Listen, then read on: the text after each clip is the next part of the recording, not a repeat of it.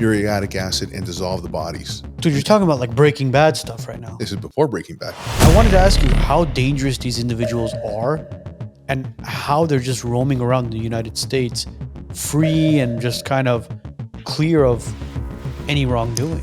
There's a difference between being removed and repatriated and being deported. What about the person they found with his hands and his cut off? And he tells us it's the equivalent of a 747 jetliner crashing every single day in the United States. People dying. That's how many people we lose to fentanyl. There was some issues with that lake where they had to drain it. Dude, there was bodies in the lake. There was guns. There was drugs. And you look at that shit, you're like, dude, this is literally in my backyard. What's up, everybody? Welcome back. Great to see everybody. Actually, well, you can't see us. I could see them. Well, no, I'm sorry. I could see. No, see, No, you I see could that, see them. You can't? I can't see them. Why not? Well, they could see us, but I can't see them. I could see them. Well, anyways. Welcome back, everybody. Thank you again, as always, for all the support. If you guys aren't subscribed to the Wisenuts podcast channel, click that subscribe button, click that like button, the bell notification as well. Don't forget that so you can get alerts every single time a new video or a clip is uploaded. Also, merch, guys. Support the Wisenuts podcast. Merch is available. Wisenutspodcast.com. Our brand new Epstein Didn't Kill Himself shirt is available. How much online? Is it? Because I feel like some of our followers are being cheap. It's less than $30. Seriously, that's like a crappuccino and muffin, right? At Starbucks. Yeah. Don't buy a crappuccino and a latte or whatever the hell it is from Starbucks, and just support the Wisenuts. Buy a shirt. And you can wear it at least once a week. That crappuccino takes 15 minutes and it's gone. And then it takes 15 minutes and it's out. Well, that depends if you've been jabbed or not. It does. Or if it's not soy. Yeah. If it's whole milk, it's out within 15 minutes. It's been 4 minutes. Can we get to the guest? Yes, we can. Well, such a nervous Nancy. This guy. Oh, geez. Well, we want to thank Alex Pacheco for taking time to be with us. Dude, not former, retired Border Patrol. Correct. Dude, there's a lot we got to talk about with the border. But before we get to the border, one of the main stories we want to kind of jump right into is the 15, I guess, cartel members or murderers that were roaming around in the United States that you were part of actually capturing and sending over. So tell us a little bit about that, man. I mean, who were these 15 dudes? Yeah, absolutely. So, when I started working in intelligence, I got a call from the Mexican Attorney General's office, and they were looking for a specific individual by the name of Grigorian Ornelas. I'm looking him up. I see he's previously deported. See, he had a DUI and he had some other minor infractions in the United States. So I asked him, hey, why do you want me to look for this guy? And they go, well, he's wanted for murder out of Jalisco. And I'm like, holy cow. So we go to look for this guy, find him working at a work site near Del Mar, California, really nice area. Head out with the BORTAC, which is our Border Tactical Unit, and we sack this guy up. And we get him here for immigration-related charges, which was an easy arrest for us. Turn him back over to Mexico. And after, PGR is like, hey, can you do this again? Like, is this a one-off or can you do more of these? Now, guys in the office had already been doing some of these, but I really was able to take the reins of this and go with it. I got the tip from the FBI where he was, and it really changed my whole career, the trajectory of what I was doing. When I say in the teens, I can't remember if it was like 13 or 17. It was a lot because at the time we weren't even tracking it. It was, hey, we got another guy that was wanted for murder for this crime. The interesting thing about these individuals is there's no record of them in Interpol. There's no record of them in what's called the NCIC. It's our FBI database, right? So U.S. database, U.S. law enforcement stops these guys.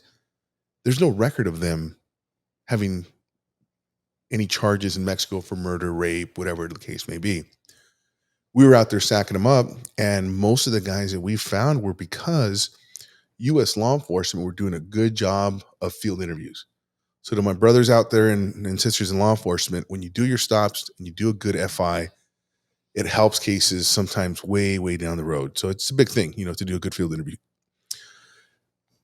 He was the first one. And PGR, I ended up going to their office and they gave me a book this big after, thousands and thousands of names of individuals that were wanted from every state in Mexico. And we set forward looking for them. It was difficult sometimes, but most of them were in Southern California. We did find one significant guy in Sandusky, Ohio, of all places. We've been looking for this guy for a while. He was part of a kidnapping ring out of Mexicali, Baja California.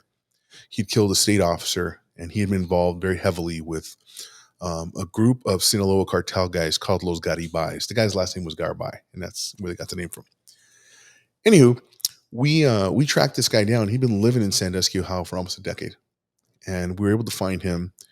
And at the time, I didn't even have any clue that there was an actual border patrol station in Sandusky, Ohio. So we reach out to them and we find him, we get him turned over. And it was a big thing because the state police, the Policía Estatal Preventiva, the PEPOs, the PEP, that's what they called them, they really wanted this guy bad. And when we turned him over, it was a big thing. I mean, the cops were emotional. They were very happy that he was turned over. And this is in Ohio, you said? This is the one guy we got in Ohio, Sandusky. We had him repatriated to the San Ysidro border.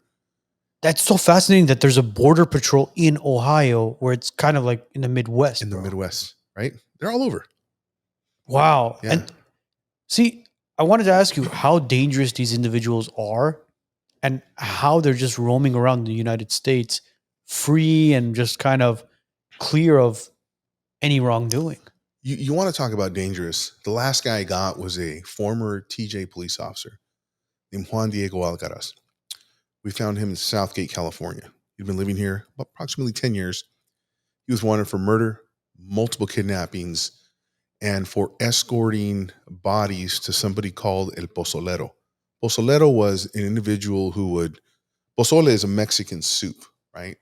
So when the cartel guys would take the bodies, they'd cut them up into little pieces and put them in these 55-gallon drums, muriatic acid, and dissolve the bodies. Dude, you're talking about like Breaking Bad stuff right now. This is before Breaking Bad. This is where they got the idea from. So Juan Diego was a sergeant in the TJ Police Department, and he would escort the vehicles up to the guy's ranch. And I had the video of him talking about it, and he would say on most occasions it was 2 to 3 bodies. He would escort them 2 to 3 times a week, and he was assigned to that region for 3 to 4 months. So I don't do math, but that's a lot of bodies. He's good at math. For one guy. That's a lot of bodies. That's a lot of bodies. That's a lot of bodies. When I remember after they did the interview, we guesstimated just him alone had escorted over 100 bodies to the Pozolero. This was one cop over a short period of time. And he had been living in the United States for about 10 years. Found him on social media. We knew who the baby mama was, working with the Mexican police department. And they sent me a picture one day and they said, this is him. This is him. And we drive out there. And surveillance normally doesn't happen like this. I pull up. As soon as we pull up, here he comes. He walks out. I'm like, oh my goodness, this can't be this easy. So we work with local police and we do what's called a wall stop. We say, hey, can you stop this guy for us? We'll show up. We'll do a detainer. We'll do translation services and we'll take him off your hands. All they need is a vehicle stop for us. They find their own probable cause, their own violations of the vehicle code, and boom, and we got this guy. He was a big to-do also. Turned him over to the state police, another one of the many we turned over to them. And this was a horrible person. I mean, he'd been involved in multiple kidnappings. One of the things that strikes me about his interview, when they start asking him, hey, how many kidnappings were you involved in? And he goes, I was involved in like 2 or 3. And then they start asking, what about the individual from Mexicali? He goes, oh yeah, I forgot about that one. And what about this one? Oh, I forgot about this guy. And he had been involved in so many kidnappings on duty in uniform that he had forgotten about it. You could see the look on his face when they reminded him. One thing that struck me about his interview, they asked him about, what about the person that they found with his hands and his penis cut off? Oh, and he tells us, he tells the camera, the interviewers, Well, that guy had sexually assaulted a young family member of one of the cartel guys. And I didn't do anything. All I did was videotape it. And you're thinking, how callous of an individual. Yeah, you were there, you were present, but you try and remove yourself from this type of situation. I think you become just numb to the amount of violence that you get involved in. And all these guys wanted for murder get turned over to the Mexican authorities. We couldn't even look for the guys that were wanted for robbery, that were wanted for other lesser crimes. We would only focus on murders. So you mentioned this guy was a police officer. He was a police officer. And he was over the border. And how long were you guys looking for him again? We were looking for him about 2 years. So majority of these individuals have some sort of alias. They go by different names and stuff, don't they? Yep. But he was on social media with his actual name, or did he have another alias that he was going by? You got to remember, I was working very closely with Mexican police officers at the time. I had gained the trust of several of them, specifically with the TJ Police Department and the Baja State Police. These guys were really good. And they would give me information that a lot of people didn't have because nobody was looking for these guys. Nobody was looking for them except us. They'd give us information, details, aliases, everything you can imagine. And they're also doing their own investigation. So when they'd find stuff that was US based, they would let us know. They found a birth certificate of him having a child with one woman. And that's how we were able to find this individual. That's how we were able to get him. But when they moved here, they didn't change their names, their identity. They still kept the same name. Kept the same names. Because they couldn't, or they just thought, well, nobody's going to come after me from nobody's Mexico. Coming after him. It doesn't. Who's going to go after him from the United States looking for them in Mexico? And I think the Latin American names are so common where you type it in, hundreds and thousands of people with that same first name, even last name, Correct, come up. Yeah.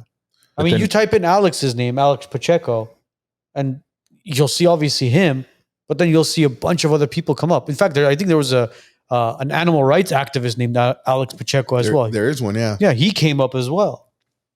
Yeah, but so you guys put in all this effort, you go after him, you find him, and you hand it to the Mexican police. Correct. And then what happens to them? They go to their tribunal, they go to their trial, and they ended up doing, most of these guys did the max sentence, 40 to 50 years in Mexican prison. So there are repercussions. It's not like they go back to Mexico and Cartel takes over. They're like, no, this is one of my guys. These are individuals. They had what they call oficios. These are official reports. We wouldn't just go off some police officer and, hey, this guy's wanted for murder. No, we need the official document, approved by their attorney general. And then we get it and we say, okay, we can go after this guy. We're looking at, in the eyes of the United States, he is simply here on an immigration violation. So we were doing really good targeted enforcement, going after guys who are wanted for murder. And we got a total of 3 police officers that were wanted for murder in Mexico. One was a lawfully admitted permanent resident card holder, a green card holder. And he'd been living here for a while. This is a good story. He'd been living here for a while. And I had an alert on him in something called the Officer Notification System. He gets arrested for domestic violence and possession of some, I can't remember if it was meth or cocaine. The cop calls me and he goes, hey, we're probably not going to be able to pursue charges on this guy. And I said, look, all I need is for him to plead to a conviction so we can get him with something called a crime involving moral turpitude to get him deported. So the next day I go to the DA's office, and this is a cool story. I walk in there and I walk into the DA's office and they go, oh, the DA will be with you shortly. And I'm sitting there and I never met the man before. And I'm looking at this really unique gold bust behind his desk. And it was a bust of Kiki Camarena, the DE agent that was murdered. Yeah. It was Kike's son who was the DA that I was dealing with. And I walk in and he goes, Agent Pacheco, what do you need? And I said, look, I need a conviction for this corrupt Mexican cop. And he's like, whatever you need. So we got the conviction. We're able to get him deported to Mexico so he could serve. And it was a U.S. person that he killed. Him and one of his partners had arrested somebody. I can't remember the circumstances as to why they arrested this U.S. person, but they'd hogtied him, beat him, and threw him in a cell. And the person died of positional asphyxiation. And then they fled the United States. One came undocumented. The other was a green card holder. He just came up and he was living up here on his own. So I was monitoring him for quite some time until we were able to get that conviction. And that was very, very rewarding. What if that DA wasn't Kiki Cameron's son, the late Kiki Cameron, and he didn't end up giving you what you needed. What happens at that point? You know, my experience with a district attorney's office is they would have gone after it. It just so happened to be him. So it's a good story. If he hadn't got the conviction, he'd have just stayed in the United States and continued his life. I had no idea Kiki Camareno's son was a district attorney, man. He's now a judge. Oh, he's now a judge. Yep, Wow. he's now a judge. Yep. Hats off to you. Yeah. Hats off to you. But an interesting story. There have been, I don't know if any of this is true or not, but there's stories out there that the cartel will loan out anywhere from $4,000 to $5,000 for individuals to cross the border or help them cross the border. And then they'll ask for that money back, or they'll say, hey, listen, we'll get you over the border. You just owe me X amount of dollars. So when we're talking about cartels, we're talking about smuggling organizations, right? So one thing to understand about the border, if you cross the border, whether you're crossing weapons, people, narcotics, doesn't matter. You will pay what's called a plaza. It's a toll, right? You have to pay that cartel that is running that portion of the border. You have to pay them their fee. They call it a plaza.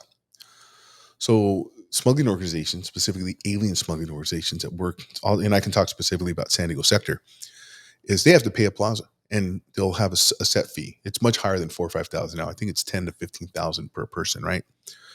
Not many undocumented migrants have 10 or 15 grand just laying around, right? So what they end up doing is they pay a portion of deposit, if you will, to the smugglers, the coyote, whatever you want to call them. And somebody in the U.S. will act as a sponsor. They'll say, Arman is my uncle. He's going to cover my debt. And they'll say, all right, I need Arman's information. Like, where's he live? Where's his ID? So when the money doesn't come through, whose door do they knock on? They knock on Arman's. See, that's what I wanted to know. I wanted to know if the stories behind that is true, where the cartel helps individuals cross the border and they say, all right, now you owe a debt to us. It's whatever, again, like you said, call it $10,000, $15,000, $20,000, whatever it is. Now, the stories behind it I've heard are if you don't pay them, whether it's a deposit, the monthly payment, or whatever it is, they're not like your creditors or these collection agencies. They will come after you. They will kidnap you. They will torture you. And I've even heard they will kill you. I have not had that experience insofar as the actual cartel doing that, but I've seen it with the smuggling organizations, which in essence are part of the organized crime syndicate, right? You end up becoming an indentured servant, you know, depending on what part of the world you come from. I remember one of the first groups I got was a group of Chinese immigrants. It was 20-some Chinese immigrants. And at the time, I want to say the fee was 70 or 80,000 US dollars to come to the United States. Crazy, right? Who's got that? I don't have that. I don't have 70 G just laying around to smuggle myself into a country. So when these people arrive, they become indentured servants. They have to work in whatever they were told to work by that snakehead or that smuggler or the coyote, whatever you want to call them, depending on the ethnicity. And, you know, that's a significant amount. And these people end up having to pay that money back and they never get to pay it back. So what happens to them if they can't pay it back? You become a slave. That's what you do. You do what you're told. You know, you might be working in the laundromat and they'll say, no, you know what, honey, we need you to go over. Now you're going to be working in the massage parlor, but you're going to be working in the other part of the massage parlor. So are you paying back with your wages, a portion of your wages, or you're paying back with your wages, but you're never going to be able to pay it off, you know? And I'm talking in terms of, especially like Chinese that get smuggled and it's a significant amount. And is that one of the reasons why they never want to basically go back? Absolutely. Yeah. It's a crazy amount of money that they've already invested in time and you know, blood, sweat, and tears into staying here. That's one of the challenges. Is that how all those Squid Game participants accumulated the debt? Is it they got sent back? Could you imagine, man? Now I owe you 3 billion yen. Yeah, but the crazy thing about Squid Games is, again, allegedly, they're saying that those types of events actually did take place where people owed tremendous amounts of debt to whether it was the triads or the Korean mafia or the Japanese mafia, whatever it was. And in order for them to get out of it, there were games that were played. And very, very powerful individuals would show up to watch these games take place where, you know, people were dying, killing themselves. It's wild. That's wild. It's very, very crazy. But so as far as these kidnappings and all this, because I want to kind of stay on this topic a little bit. what was happening in the border? Because there's so many stories regarding the border patrol and these kidnappings, and how there was a lot of corruption with the United States Border Patrol and the Mexican Border Patrol, and how they were in somewhat cahoots and silent when it came to certain individuals being smuggled across the border, whether it was from Mexico to the United States or from the United States into Mexico. And as a reference, if you can tell us what year or what kind of year range that you have the experience with, because So I just to entered understand kind of. I entered on duty in 1998 with the United States Border Patrol. I left and retired from Customs Office of Professional Responsibility in 2022, so just 3 years ago. Now, you were talking about the migrant kidnappings, and you're talking about being in cahoots with Mexican and, Yes. and U.S. Border Patrol. Yes. I've never heard of that. Okay, so and I worked internal affairs where you see the two agencies working hand in hand. Now, do we have corruption? Absolutely. That's what we have. An FBI corruption task force. That's where we have the Office of the Inspector General. That's where we have the Office of Professional Responsibility, because in any law enforcement, in any type of organization where you have authority and that power, it corrupts. So you have individuals who get corrupted.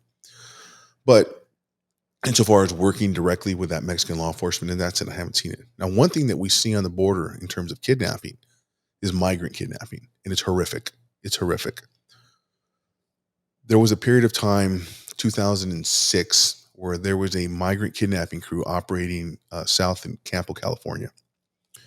What they would do is they would say, "All right, how much did you pay to get smuggled?" And the alien would tell them, "I paid $5,000." And we said, "We got a guaranteed way. We'll charge you $2,500. I'll take that deal. Right, it's half off." They would drive them out to the mountains with a group of individuals, and two smugglers would say, "Wait right here. There's a lot of bandit activity in this area. We'll be right back." They'd walk into the bushes. They'd come back out with balaclavas and immediate violence of action. They would pistol whip the men, the biggest threat. They would sexually assault the women, and they would tell them, "Tell your family that you made it to the United States. This is in Mexico, within view of the border fence. Call your family and tell them you made it. Tell them to pay the balance. And if they don't, things will get worse."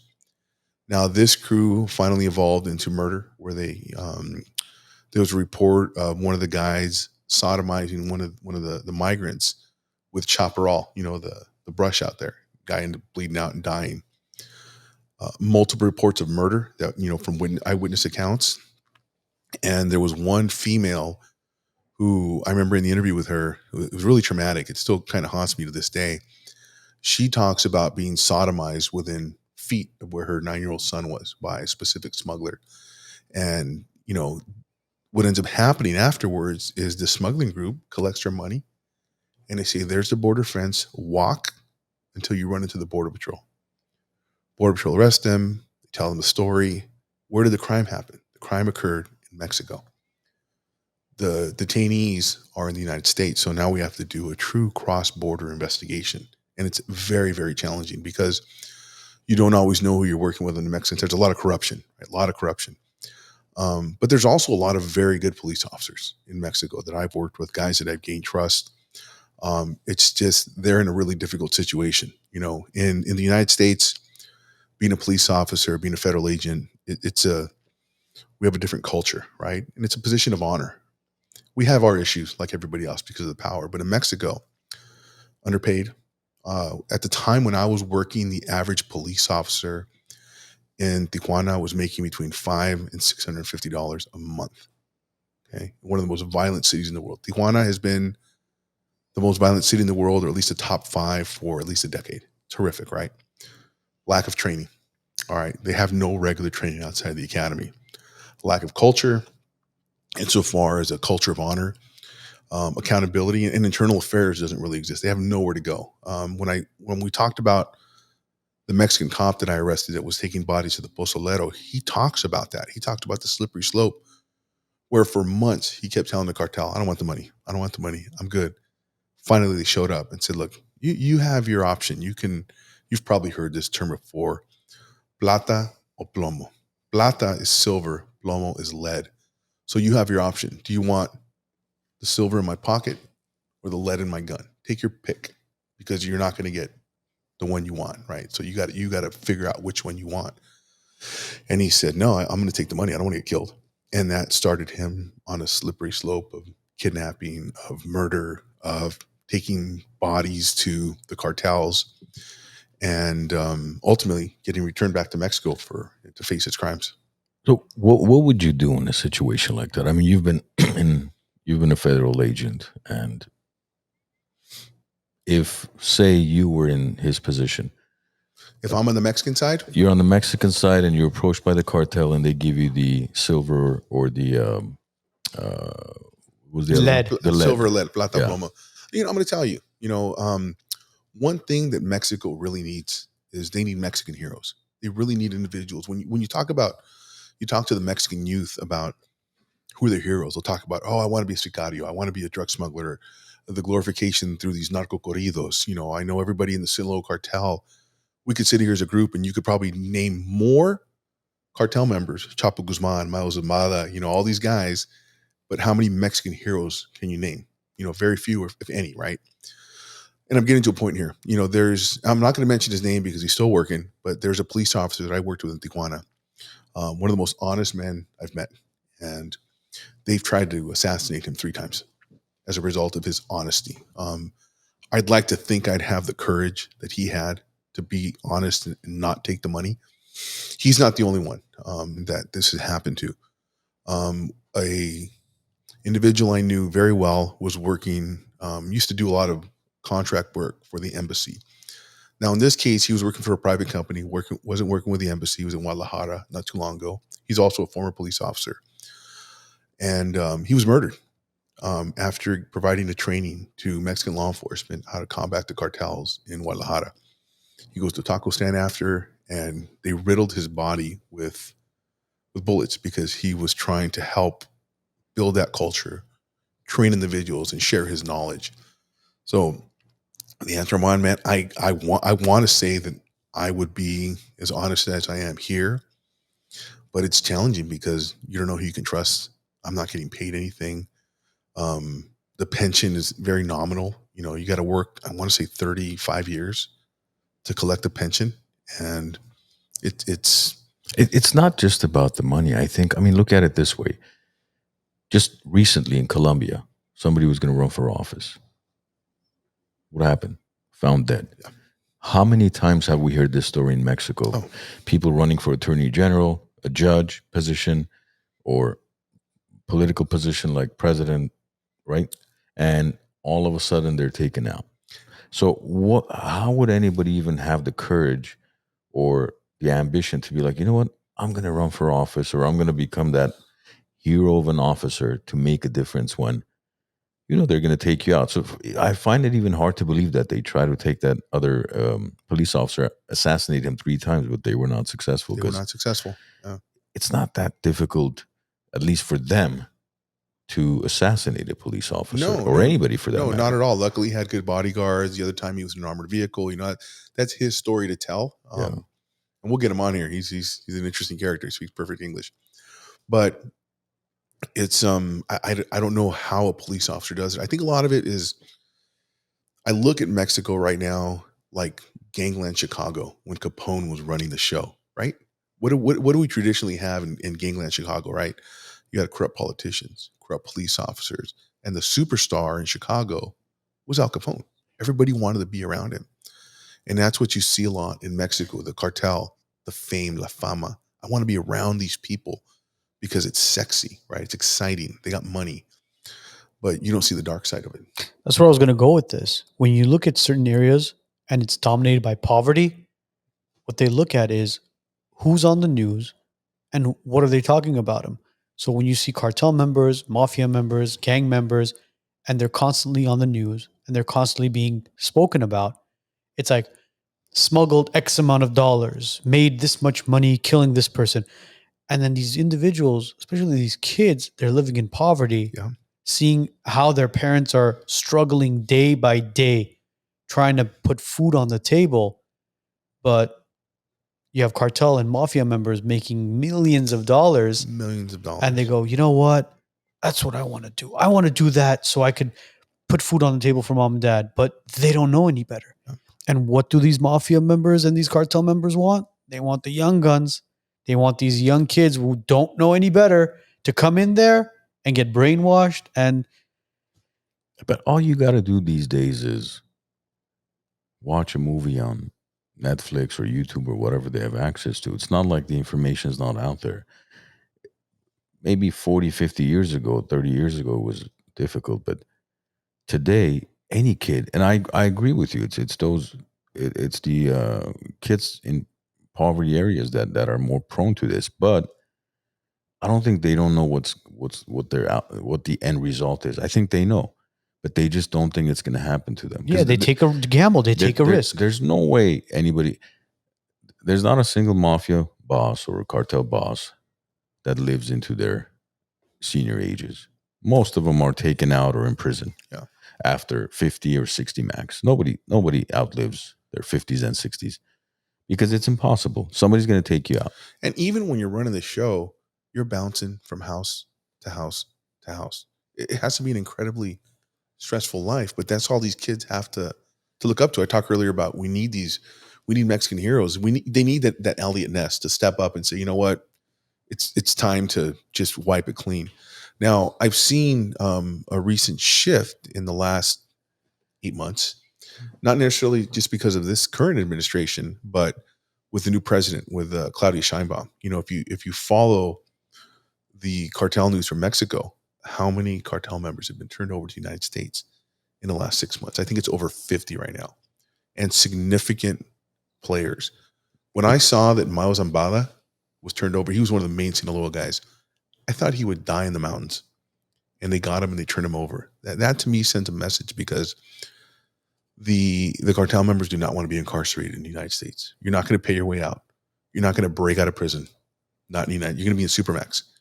Would you contribute that to the Claudia or to our administration?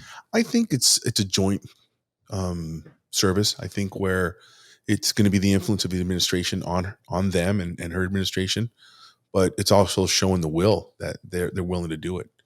You know, the willpower of leaders is significant. I was just in El Salvador at the beginning of July, teaching a class down there.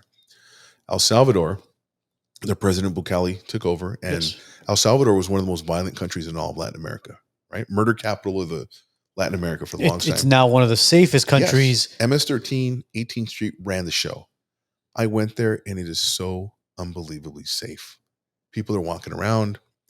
I had my family come down because I was down there training. I wanted them to see it. And you were comfortable having your family there. Yeah, I was more comfortable than I am in Mexico. That's how comfortable it was. It was unbelievable to see what the will of one leader can do to change a country. What do you guys say? We want to head over to El Salvador? Let's do it.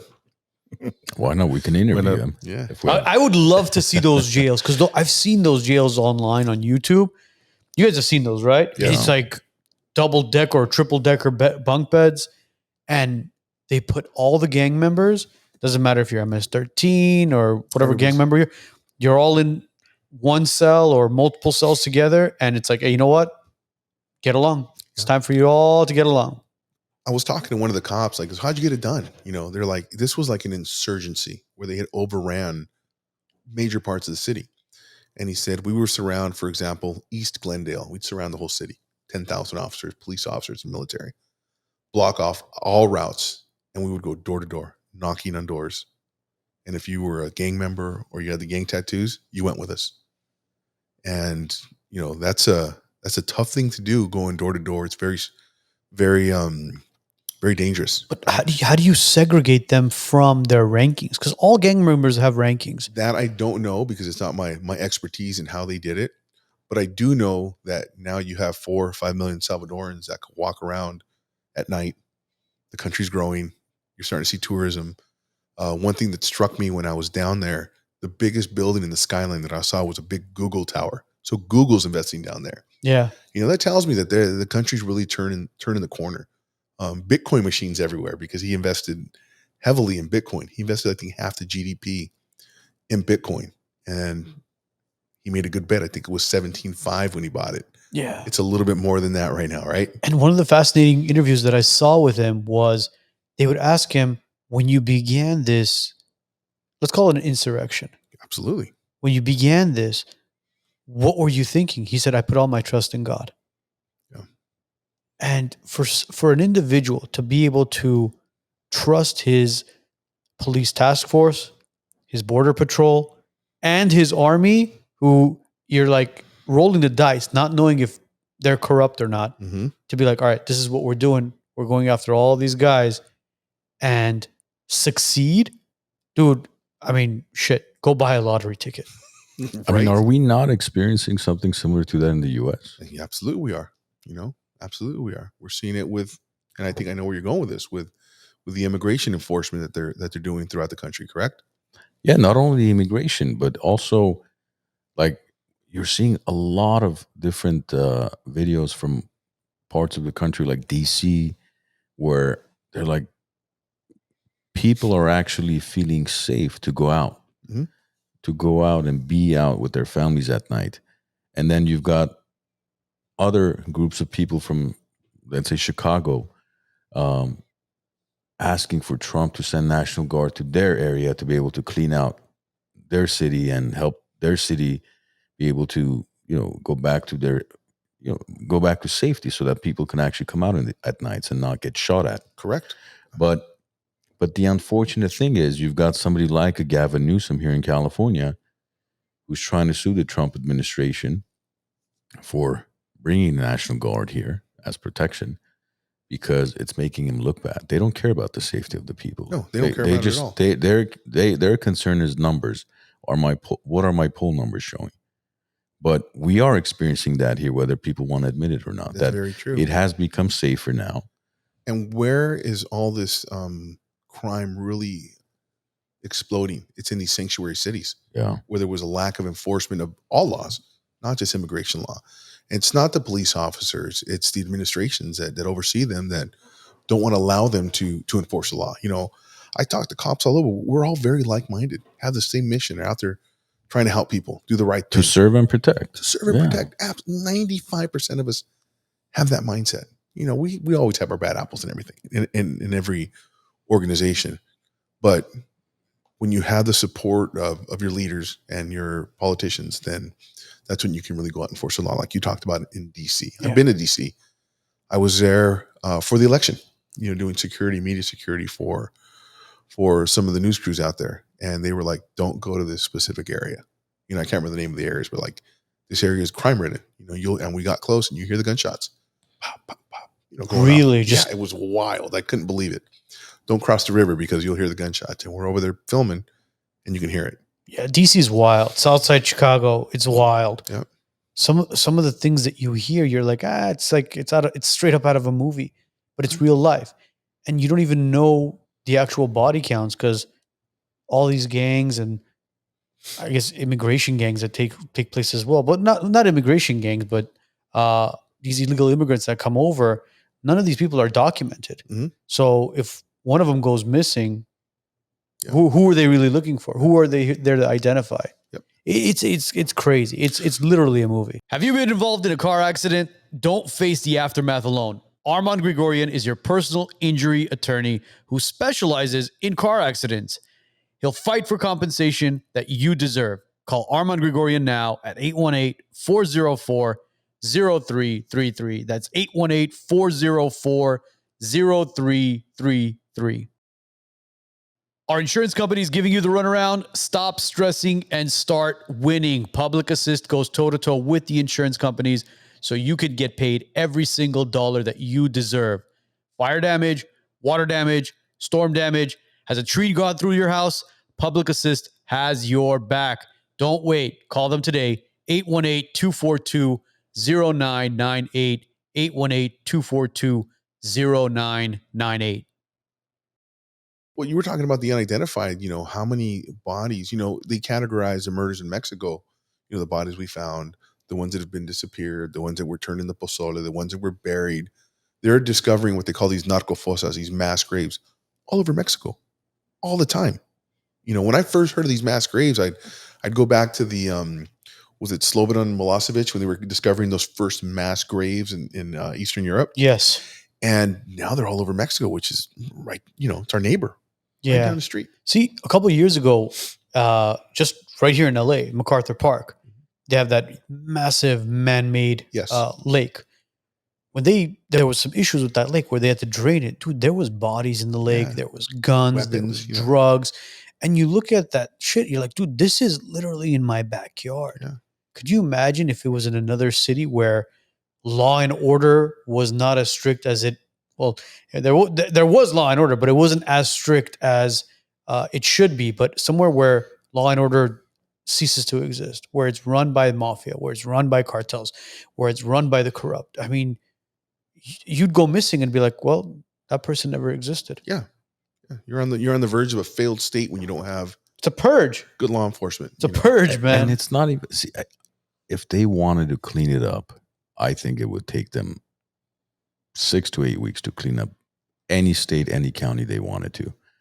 With the amount of law enforcement we have, the military, the only issue is, again, politics. It's they'll claim, oh, well, now you're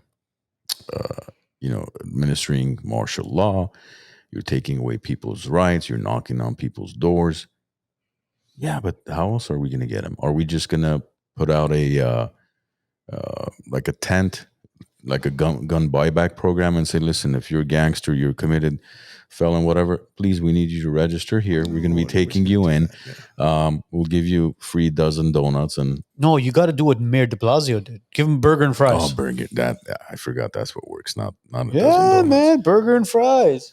By the way, Newsom did it in a matter of a couple of days. Didn't he just clear the streets out for the Chinese president when he came back? Yeah, Yes. well, that he had to do that, and he's going to do the same thing when the Olympics are here. He's going to do the same thing when the World Cup is here. He's going to clean it all out, make sure it's nice and spick and span and clean, and then once they're gone, the tourists are gone. He'll be like, "All right, everybody back outside." Well, wasn't Arno saying today something about Pico being all cleaned up? All the homeless have been. I drove by Alvarado away. as well. Alvarado has been cleaned up. You don't see so many tents and stuff. Really? Oh yeah. I mean, again, it's not totally cleaned up, but it's much better than what it was. There aren't so many squatters and transients laying around. It's gotten a lot better than what it was, because 7th and Alvarado. I mean, I know exactly what you're talking about. It was horrendous there, bro. I mean, there was a bunch of people on fentanyl, and if you wanted to see the zombie apocalypse, that's where you would go. Yeah. You would literally see individuals on 7th and Alvarado right in front of Langers kneel down or squatting down, hanging over. A couple of people that were in wheelchairs literally slouched over, and you're just looking at it like, so this is Karen Bass's LA. Yeah. It's like an episode of The Walking Dead. Yes. It really is. It really is. People are just walking around hungover, and it's horrific. Fentanyl is the biggest plague that the United States has faced. It's something that I don't know how we're going to beat it. See, that's an epidemic. No. Not this COVID thing or anything that we faced 5 years ago. Fentanyl is truly an epidemic because it's already killed more people than what was it, Vietnam War, and I remember the statistics were ridiculous. They were like insane. A good friend of mine was talking specifically about this, and he mentioned that it's the equivalent of a 747 jetliner crashing every single day in the United States and people dying. That's how many people we lose to fentanyl. Yeah. And, you see it, and it's a tragedy. I mean, all the listeners, most of us know somebody who has lost their lives or lost a loved one to fentanyl. A old teacher of mine lost his son a few years ago, 19 years old, unintentionally. He happened to be at a party. One of his friends gave him a pill to give him some energy, and apparently was laced with fentanyl. Yeah. And young kid, bright future ahead, ended up dying in his car all by himself in a black dark alley. And you see it a lot with individuals that aren't traditional addicts, is what I've read and understood. A lot of these young kids, college age kids, like you said, they're popping Molly, Ritalin to help them study and things of that nature, and it's laced with fentanyl, and you get the wrong dosage from some amateur pharmacist, and that's it. And fentanyl is really impacting the way the cartels are doing business. In Sinaloa, There's a big war going on between the sons of Chapo Guzman and the sons of Mao Zambada, the Maitos versus the Chapitos. Yes. And what you're seeing a lot is they were putting out this propaganda saying, we are not going to push fentanyl. The Sinaloa cartel does not move fentanyl. And then we get these fentanyl seizures, and they would dump Mao Zambada bodies and say, look what Mao Zambada's doing. And the Chapo Guzman guys and then the Mayos would drop Chapitos bodies off with seizures and say, no, it's not us, it's them. They're afraid of it because they know the consequences. I think the only thing they can do is just have a place, just deport all of them to one facility or multiple facilities so that they're not on the streets. But as far as trying to take it away from them, I don't think that's possible. What about rehab centers, man? Rehab centers, most of them themselves are basically drug distribution centers. They're not doing anything at most of these rehab centers. Yes. I mean, yes, there's some legit ones out there, but majority of them are just money making. Yeah, but you're going to need a multi-pronged approach to attack that. You're going to need the enforcement angles. There's some consequence for using these narcotics. I think you also need the rehabilitation side of it to complement that. But a lot of these individuals are also impacted by significant mental health issues. So you have a combination of three. You have people with addictive personality disorders who are addicted to narcotics, and there's no consequence for them. So they'll just continue to live in the streets. And look at our homeless population. It has gone through the roof. Yeah, it has. And a lot of it, to me, equates with this fentanyl crisis that we're dealing with. See, when Shale Sonnen was on our podcast, we discussed the homeless crisis, and he said something that really shed light on how I envision what the homeless crisis really is. He mentioned something about if somebody wants to live on the street and they're mentally sane, they're not on any drugs, let them live on the street. Yeah. By all means, live on the street. You want to sleep there, pitch a tent, sleep in your car, do whatever you got to do. Because he said something, he goes, he's never seen anybody starve to death in front of him, which is true. I mean, none of these guys that are sane will ever starve to death. No. They'll figure out a way to make money. They'll figure out a way to eat something. So they're fine. The ones we do need to get off the street are the ones that need mental health and the ones that need some sort of rehabilitation because they're addicted to something, whether it's cocaine, crack, heroin, any of these drugs. Those are the individuals that need rehabilitation. Now, we do talk about government entities possibly coming in and helping with these rehabilitations. Will there be corruption? Possibly. But if it's a private institution, will there be corruption? Possibly. It's inevitable, man. But I think the right thing to do is get them out from the streets. Allow people to be able to comfortably walk these streets. Los Angeles, Chicago, DC, St. Louis, San Francisco. And again, metropolitan cities that are building up. Not cities that are building out, cities that are building up. So as long as they're saying you're okay with them living on the street, pitching a tent? As long as they're saying, you know what? You want to live on the streets, dude, go ahead and live on the street. You're okay if they pitch a tent right where you live in front. There will be a sign that says, don't worry about the dog, beware of the homeowner. But you can't do anything. Yes. They're not touching your building. And they're not inside your building. They're not threatening your family.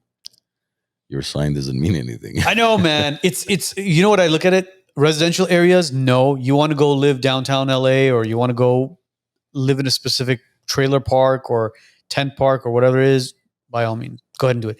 But I'll guarantee you this much, the number of homeless out there will be so little where you'll be like, wow, so we only have a handful of homeless out there? Because the majority of the people that are out there none of them are normal. Yeah, none of them are normal. Majority are not, but there are some who actually do have families who do want to help them, and they're not receptive to the assistance, the help, because they would rather live on the street. That they're just comfortable living on the street. But the issue again with mental health, and this is obviously mental health crisis, right? Just like you mentioned, Chael was like, why do you guys call it a homeless crisis? It's a mental health crisis. Yeah, I agree.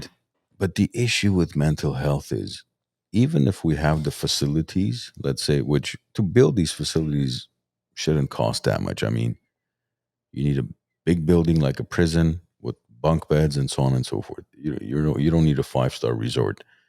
But the issue is to try to fix them. You just basically the only solution is to tranquilize all of them. You have to numb them down. And a lot of these drugs, you have to give them other drugs so that they could come off and not have too many withdrawal symptoms. And then in order to do that, then you got to tranquilize them more. Well, isn't that what fentanyl does? No, fentanyl is actually, it's not tranquilizing as much as it's. I mean, it's they the- look tranquilized when you see them out in the It's streets. still an opioid. It's a way stronger version of heroin. It is, but the issues with heroin is It's highly addictive. It's difficult to come off it, even if you go to a methadone clinic, right, to come off of heroin. Then you have an issue coming off of methadone now, because that's also highly addictive. Just like there's a lot of people who are addicted to hydrocodone, right?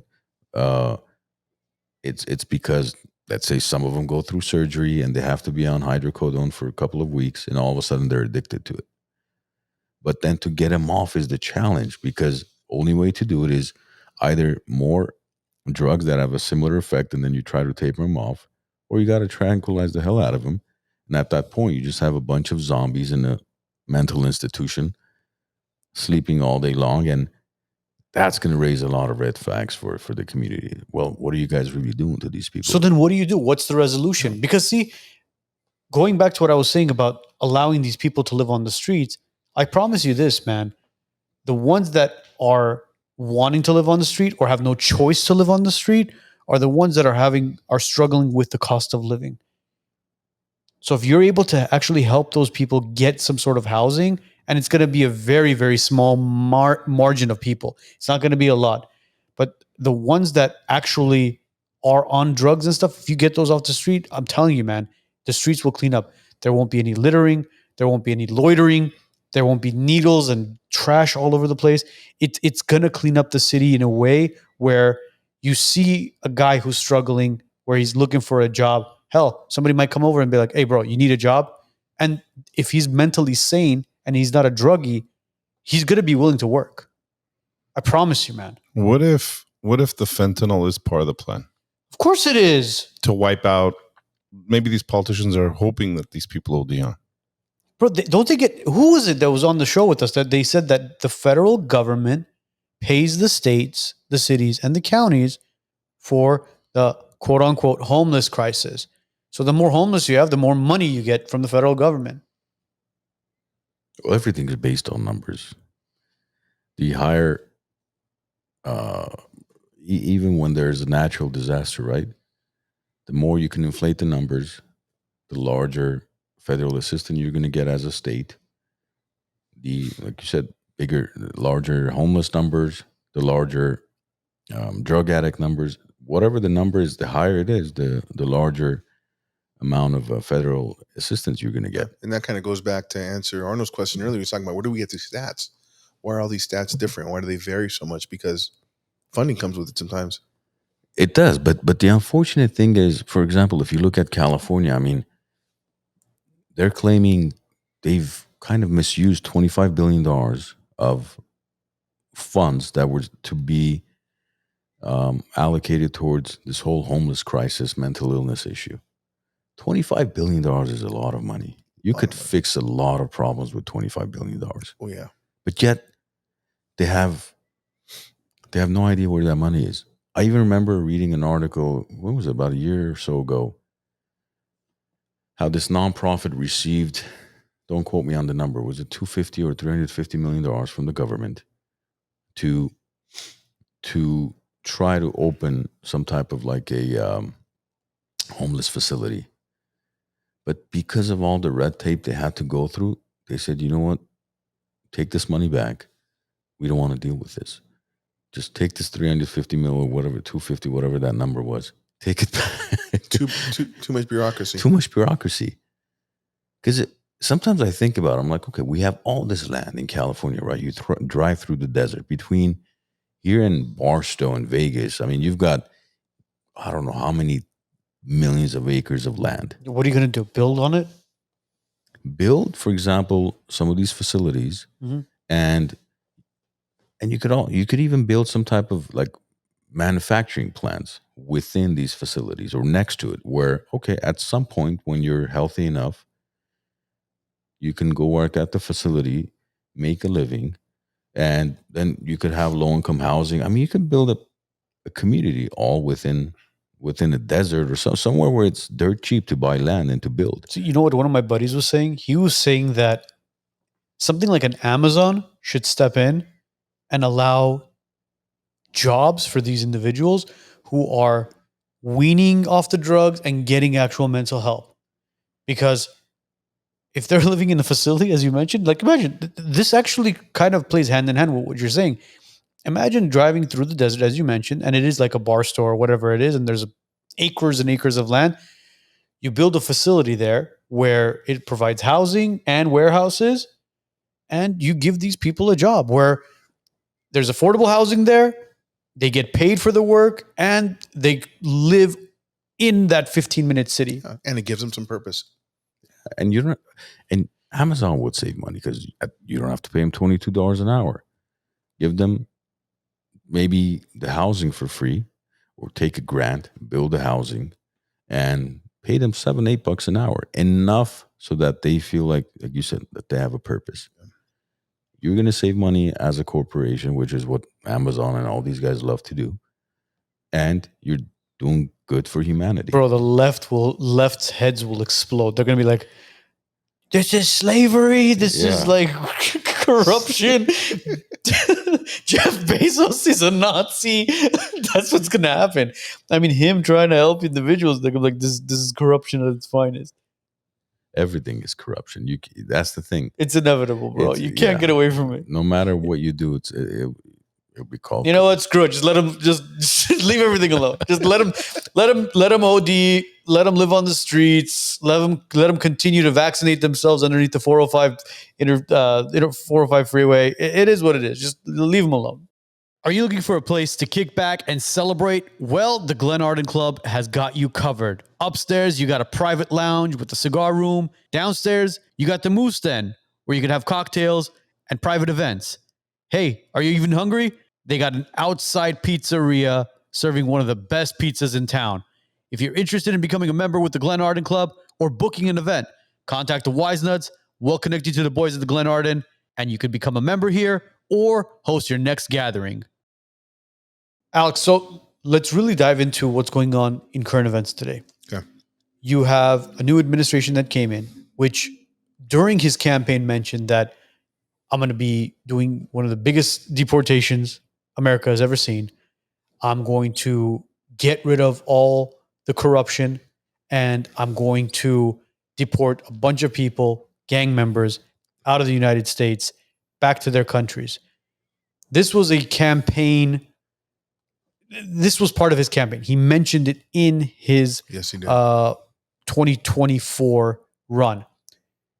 January comes along, he's in office, and the deportations begin.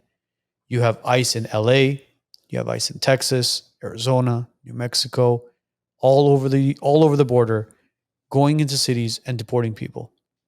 Now, based on your experience and the intel that you have, the people that you know, were they going after criminals or were they going after families? Because the stories are very, very mixed. So let's start with the change in the administration, right? We got a great new Secretary of Homeland Security, Tom Homan, overseeing ICE. Yes.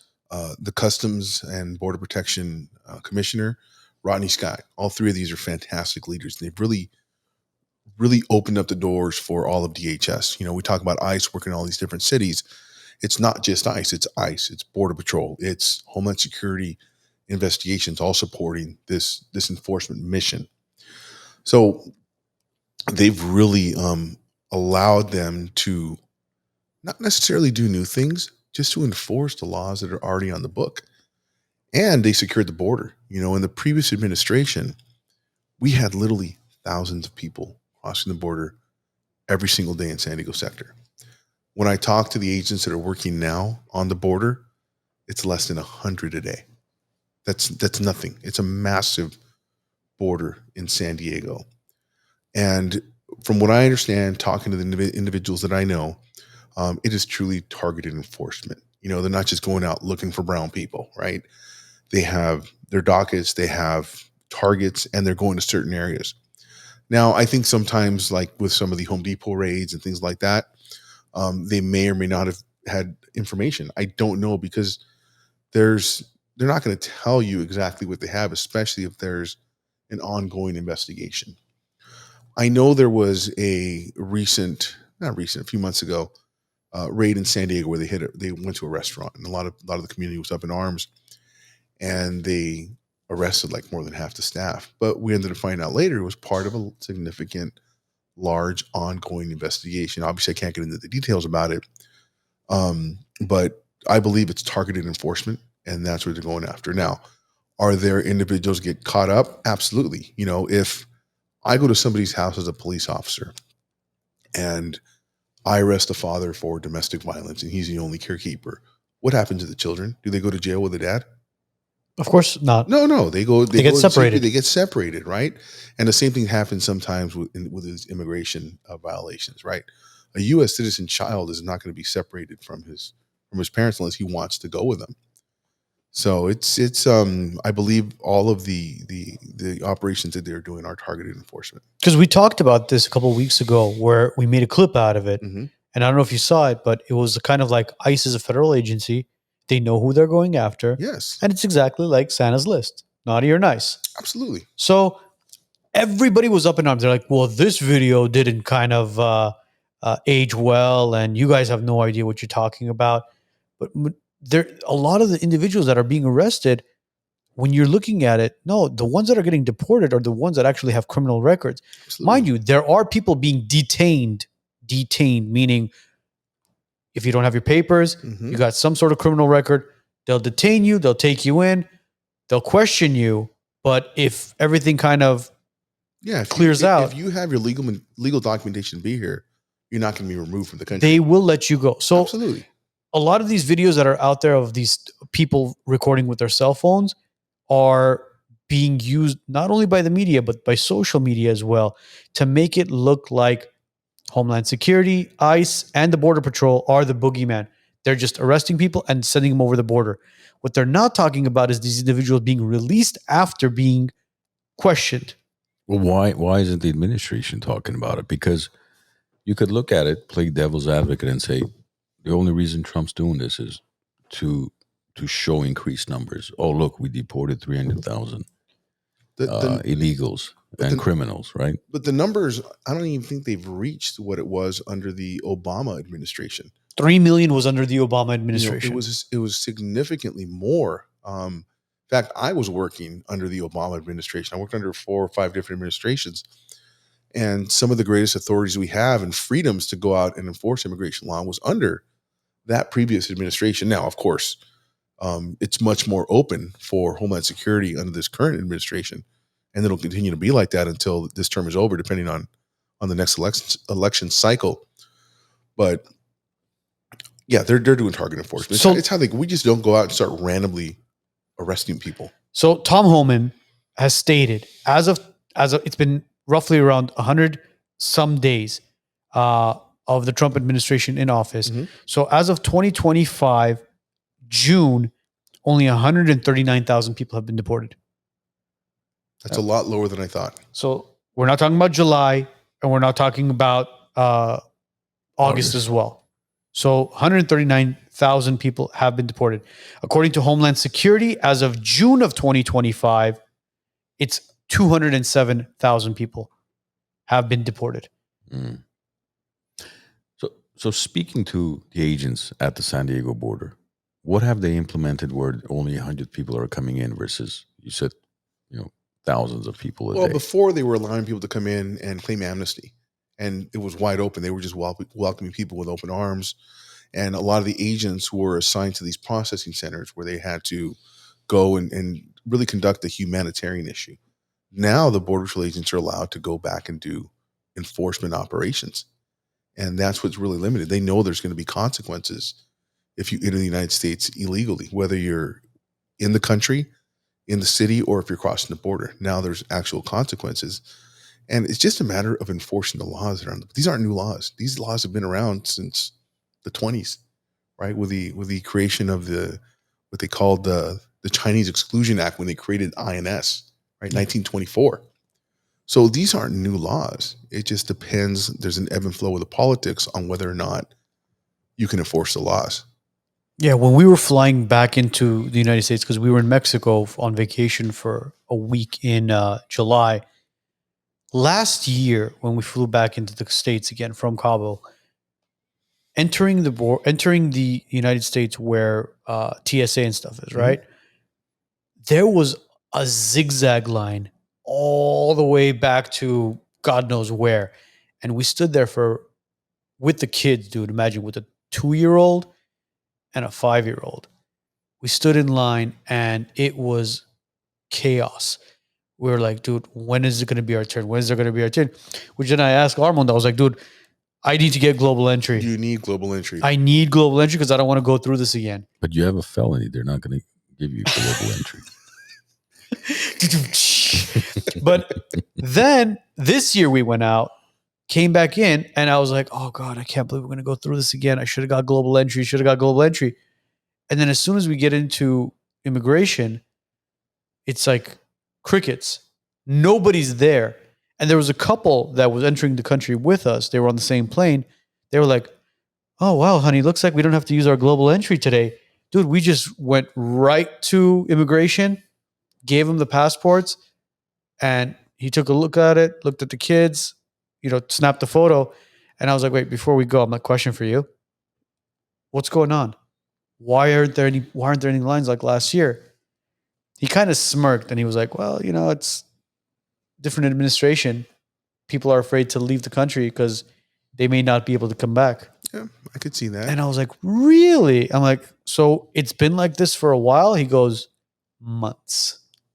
It's been like this. And I think those social media videos also scared a lot of people off where they're like, dude, we don't want to be crossing the border because we're going to end up right back here. We're going to spend 10, 15, 20 grand to try to cross the border, pay the coyotes and whoever else. And they're just going to catch us from somewhere and send us back. Because I personally, I've seen a lot of clips. I personally have still not ran into ICE as far as whether it's at Home Depot or I would think, for example, near, Forest Lawn Drive, there's a lot of people there that sell flowers. Mm-hmm. Or there's a lot of fruit vendors out on the streets. They're still there. Taco vendors, or after sports events, concerts, there's the hot dog vendors. Yeah.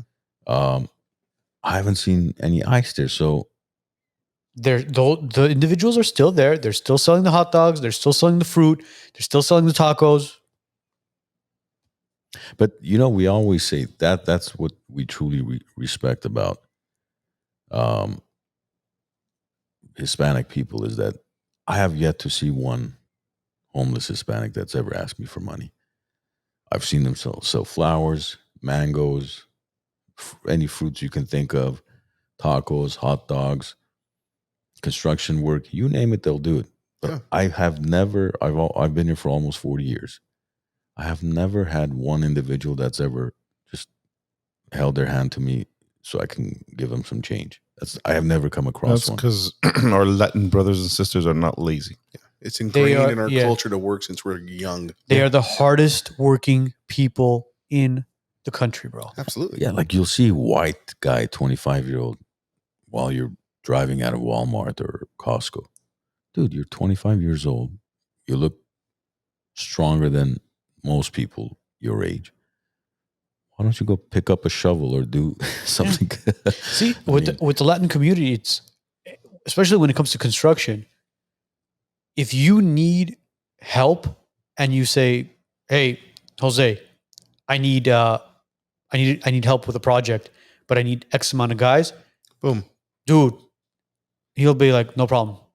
We'll be there tomorrow." All he has to do is whistle.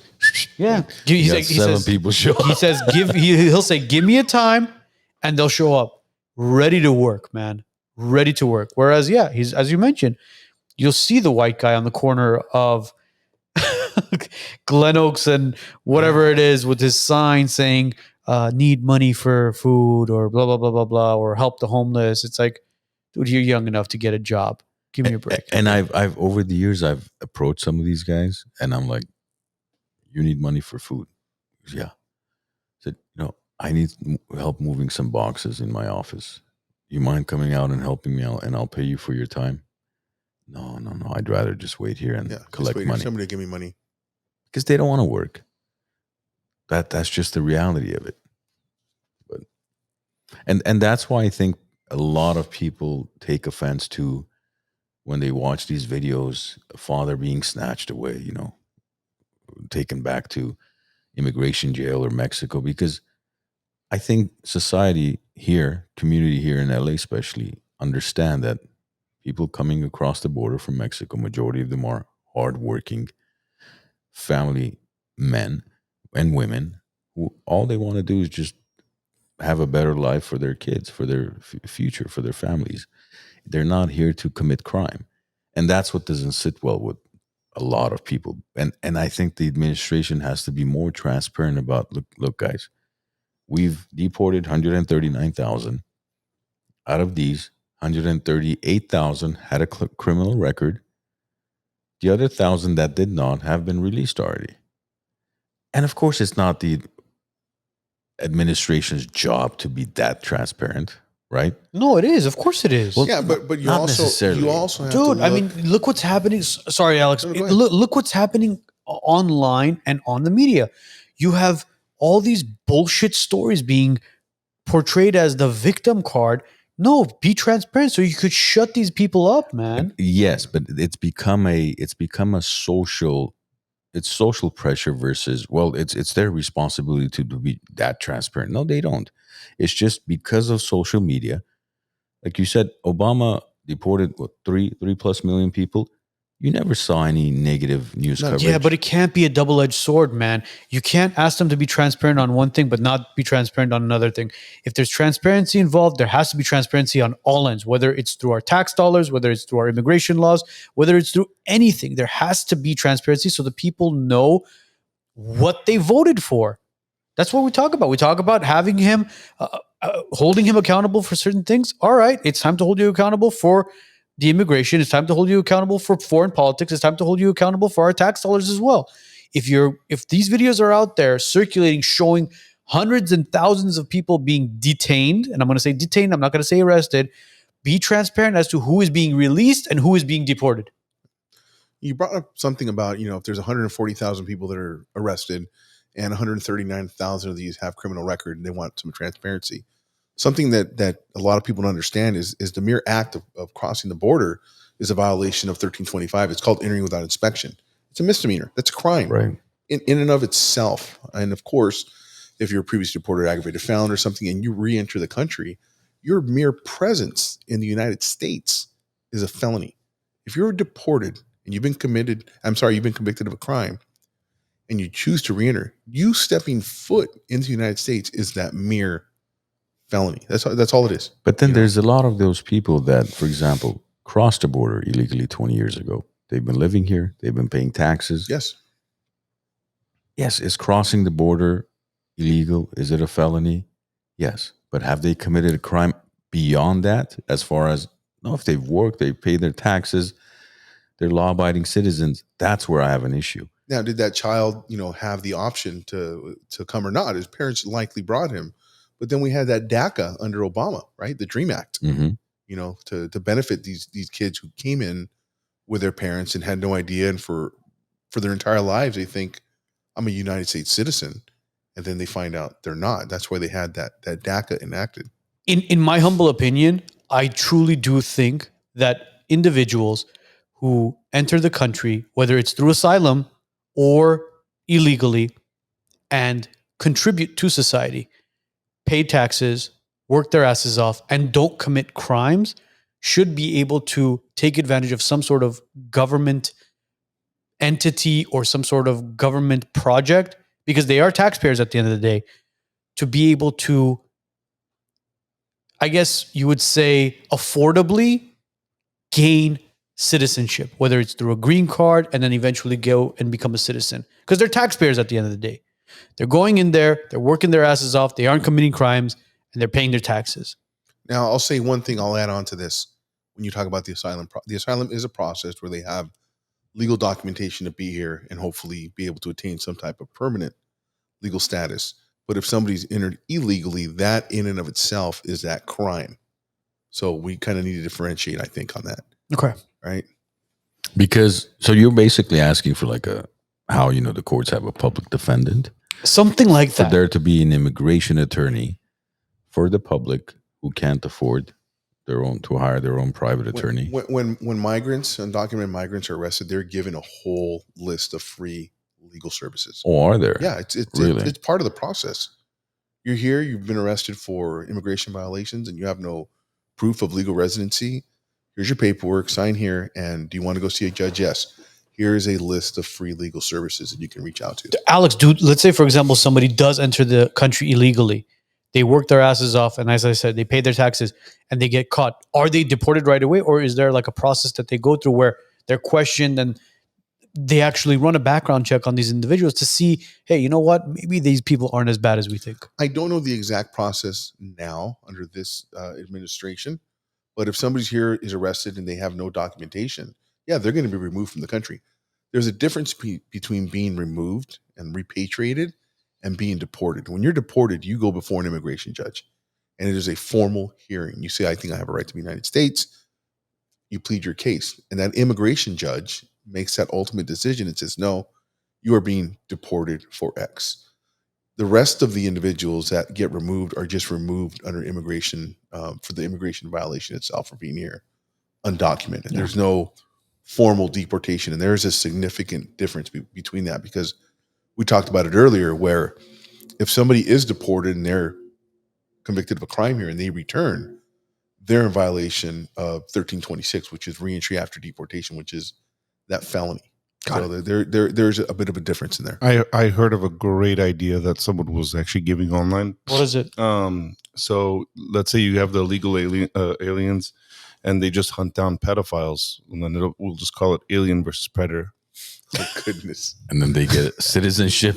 And they get citizenship. Yeah, as a we do need a more streamlined approach to legal migration for individuals that come to this country. They used to have something called the Bracero program for migrant farm workers, where here's your visa, here's your permit. You come in, and there's a lot of individuals that just want to come and work for a certain period of time, collect money, and go back to Mexico. And that program doesn't exist anymore. Something along those lines, I think, would really be beneficial to the country as a whole, and to individuals that really want to come here legally, come here for 6 months to a year, work the fields, work the crops, and follow them around, collect your money, and then they want to return to the country of origin. Yeah. And because the money goes a long way there. Yeah, because if they don't do some of these jobs, who's going to do it? The white guy in front of Walmart collecting. I hear this a lot. Who's going to do this? Who's going to do that? And I hear it from a lot of different media sources. The Mexicans do more than just housekeeping and gardening, and there's other people that can do these jobs too. It's not a Mexican job, and I'm not saying that you said that, but that bothers me when I hear people talk about that. We're, as a culture, we're a lot more than that. It's the hardworking. But when's the last time you've hired a white gardener or an Asian gardener? Have you ever had one? I'm my gardener, so I hired myself. Okay. Have you ever had an Asian gardener? Leave California, go to the Midwest. You'll see lots of white gardeners. You'll see lots of Asian gardeners. You'll see a nice, diverse group of gardeners. The only gardeners you're going to see in the Midwest is 16-year-old white kids. Well, there's no problem with that. I have no problem with that. But what I've been here, like I said, close to 40 years. I have never seen an Asian gardener, a white gardener. And this is, again, it's nothing against Hispanics. All I'm saying is that if they're not here, I don't think people in LA, at least, I've never lived in Idaho, I don't know. But at least the people in LA, I don't see a white guy coming in and doing. They will have to get their lawns mowed. They will have certain jobs will have to be done. Now, whether it's through white people, whether it's through brown people, whether it's through black people, whether it's through Asians, it doesn't matter. If the job has to be done, it will get done. It may take time to adjust to it because we're so numb and used to it. And then you'll pay $500 a month instead of $150. No, why would it be $500? Of course it will. Maybe little Tommy will start mowing lawns for an extra couple bucks because a the week. Culture is different. Look, how many in American families, white American families, right? The parents can't wait until the kids are 18 to kick them out of the house. Hispanic families, the kids could live there till they're 30. It's not only They- Hispanic families. I think it's a majority of immigrant families. Yes. Why? Because the family dynamics, the culture is different, which means the father can continue to do gardening and whatever he does and make $4,000 a month because his kids are still living with him and they may be contributing $1,000 a month or $500 a month. Whereas a typical white family doesn't have that. So they cannot mow your lawn for $150 a month once a week. The finances, the dynamics are completely different. And I prefer the immigrant family dynamics and the culture over what we have here. But unfortunately, that's where we live in. I wish we can go back to the 50s and 60s where Timmy was going to come knock on your door and say, hey, I'll mow your lawn for $20 a week. So you're saying the damage is done so badly right now that there's no going back. Bro, to look it. at the kids today. The kids won't even pick up after themselves. No, I know. You think they're going to come mow your lawn for $20 a month? No, I agree. They'd rather sit on AI and, on Snapchat and TikTok, flip through clips all day long. What do you think? You don't think it's that? You think it's irreversible? You made a good point earlier where we're Southern California specific, Los Angeles, right? But you go to other parts of the country and the individuals that are doing a lot of these work aren't just Mexican farm workers. You go to certain parts of the South and it's African Americans, it's black guys working in the hotels and doing the housekeeping. I've been in other parts of the country where you have Russian immigrants or El Salvadoran, because you can tell the different accents. So Yeah.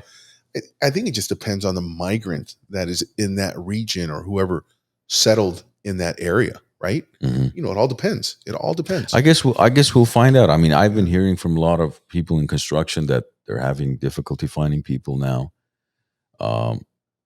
People that I know that own bakeries are having difficulty finding employees now because of this whole ICE situation. Because not a lot of people again want to go work at a bakery.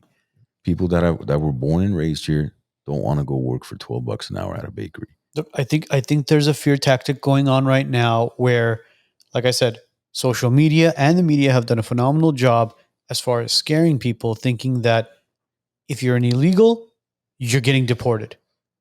That's why people aren't going out. That's why people aren't going to work. And that's why a lot of people are staying home. They're like, I don't want to get deported. I'd rather stay home. But the dust will settle and the truth will come out as far as what is really going on. As I mentioned, we just need transparency from the administration as to who's being detained and who's being deported.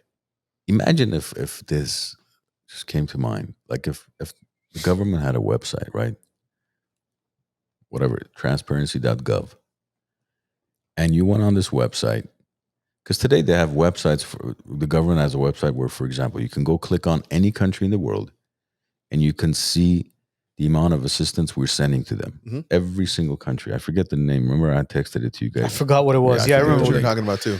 Like to the penny, if they send $1 billion, where all that money went to. Imagine if we had a website like that for the United States, where you click on it, it says, for example, in 2024, we collected $2 trillion in taxes. We collected X amount from tariffs, X amount from this and that, whatever it is. And here's where it was spent. $1 trillion went to Nancy Pelosi. well, no, a few million went to, not $1 trillion went to the Pentagon. Okay, sorry, the Pelosi family. But in real time, as they're doing the bookkeeping for the government, you could see where the money, where tax dollars are going, where it's being spent. They were doing that with Doge, right? This is how many cuts we had with. They were supposed to. Programs. Yeah, but Doge died out because everybody was like, he's not a government employee and we didn't vote for this and this is corruption and blah, blah, blah, blah, blah. I think it was and then Trump and Elon had a they fallout. had their beef, But bro, could you imagine it? Like, just picture like they were how honest and transparent they were, where it literally just showed dime for dime. Bush family, $57 million. You're like, The Browns. Wait, the Browns aren't in California anymore. The Newsoms, the Pelosi's. Steinberg, Weinstein. You had to go there, huh, Joe? Sorry, I couldn't resist. Jeez. Oh God. I know, man. That would be. But how much trust? Wishful thinking, bro. How Wishful much thinking. trust would you gain?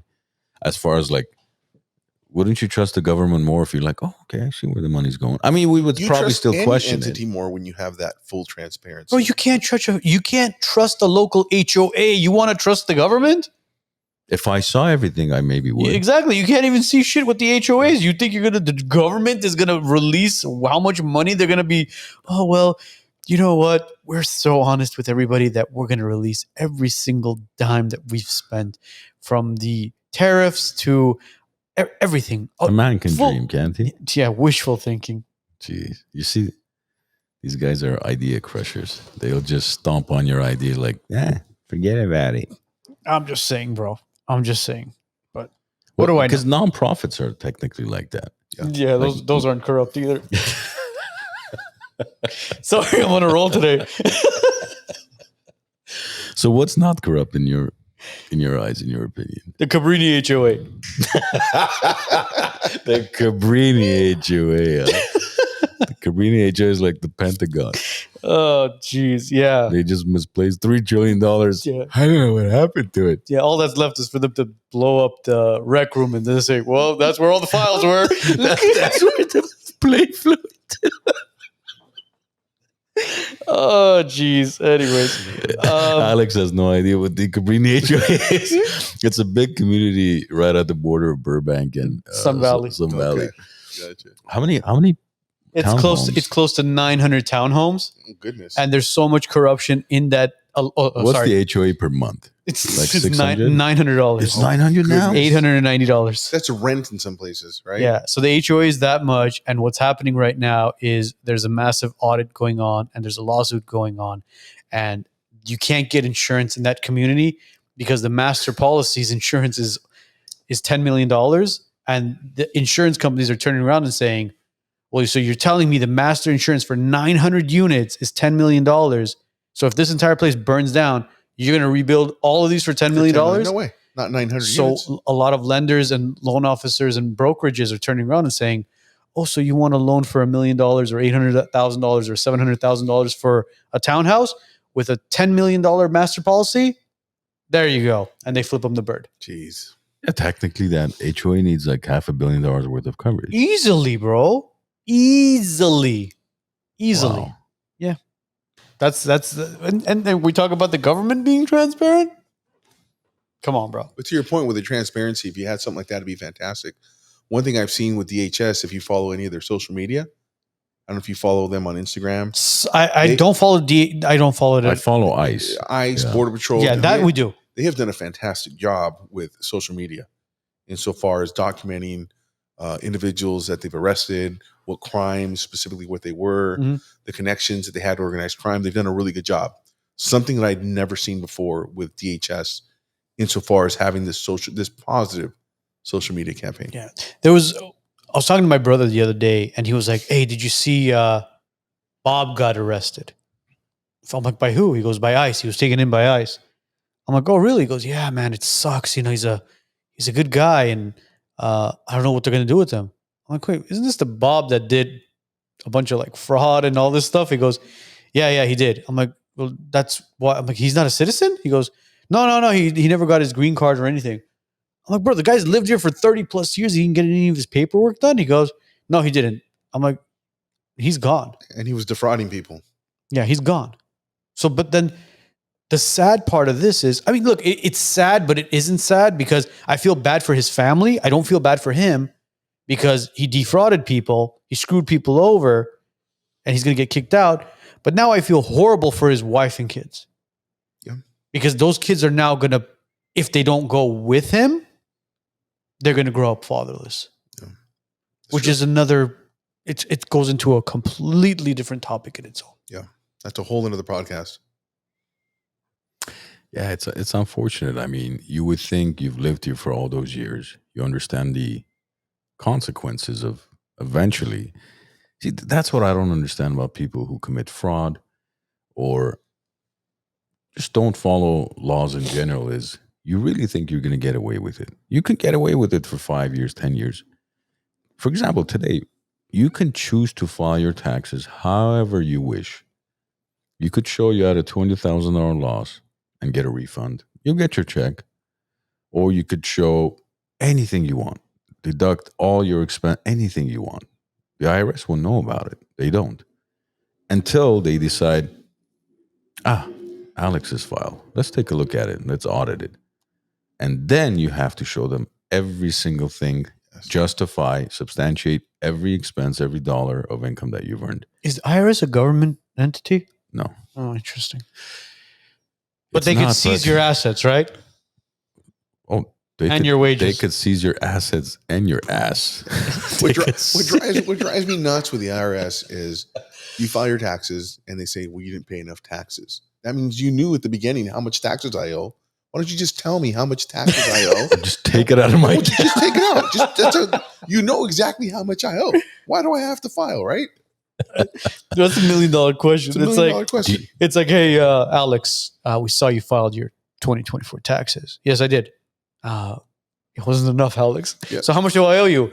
Well, it's not about how much you owe us. This is what we're going to do, Alex. We're going to make your life miserable for the next couple of months. And we're going to be calling you in for private meetings. And we're going to be sitting down with you. Yeah. And we're going to be looking at everything. Bring all your receipts. Yeah. So bring your receipts, bring some lube. And it's going to be a fun time. But do you know why they do that? Why? So you don't do it again. No. The reason why, like you said, they know exactly how much you need to pay, especially if you're W-2. Yeah. The reason why they want you to file is so that they could blame you for incorrectly filing it. And then they could penalize you, fine you interest and everything else. Oh, you didn't file it on time, you didn't pay it on time, you didn't do this on time. So can I go to the IRS and say, hey, I'm here to file my taxes. I need help. I need help. Yeah. Beautifully said. No. Why? I Well, owe you money. I'm actually, here. Can you help me tell me how much money I owe you? You can go to the IRS and file your taxes. Yes. They will not help you, but you can file it at the IRS. You can. But I'm curious to go in there and say, here's my income. How much do I owe you? They're not going to walk you through that. No. No. You know what they'll do? They'll be like that really good waiter when you go to a nice 5-star restaurant and you ask them, what's the best thing on the menu? The most expensive thing, right? They go with the most expensive. They'll go like, you owe me, bam, right up top. Well, it's two things. It's either the most expensive or the one that's left over they want to get rid of. Yeah. Oh, yeah. Possibly. Depends on which ingredient is sitting in the back. Absolutely. Have you been involved in a car accident? Don't face the aftermath alone. Arman Grigorian is your personal injury attorney who specializes in car accidents. He'll fight for compensation that you deserve. Call Arman Grigorian now at 818-404-0333. That's 818-404-0333. Now, when speaking with some of your former colleagues at the border, what's the morale like compared to the previous administration as far as? There was no morale under the previous administration. People were retiring. It was, and this is in the words of my former coworkers and colleagues, that it was the worst time to work for Homeland Security under the previous administration. And now they're just allowed to do their jobs. And that's what people want to do. You know, they want to just be able to enforce the law that are on the books and continue on and have the support of leadership, which they have the full support of all of DHS senior leadership. And you were working under the Obama administration, right? You were under that particular administration. I was under Clinton, Bush, Obama, Trump 1. Oh, you were under Trump 1 as well. Trump 1. Oh, I thought you left right before Trump No, 1. I left in 2022. During Biden, he left. So during Biden is when Yes. you left.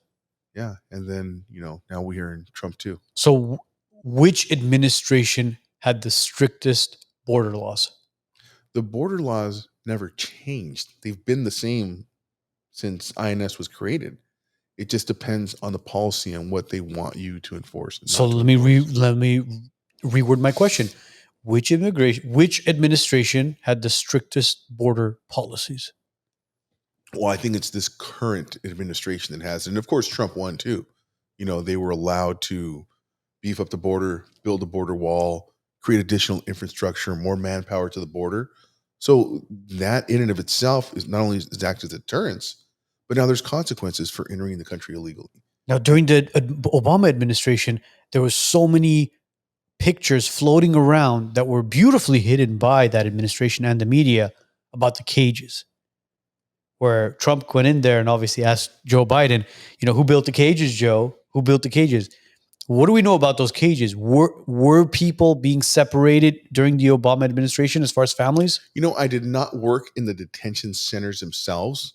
I was out there on the streets arresting previously deported aggravated felons, gang members with guns, and murderers wanted from coming from Mexico. So I don't know exactly what happened in the detention center because that was more of an ICE specific type of work.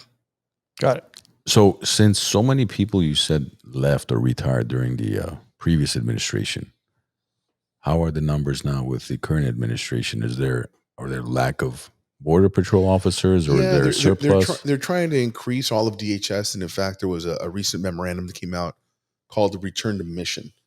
Individuals that have retired within, I'm going to say, the last 3 to 5 years are offered a bonus to return.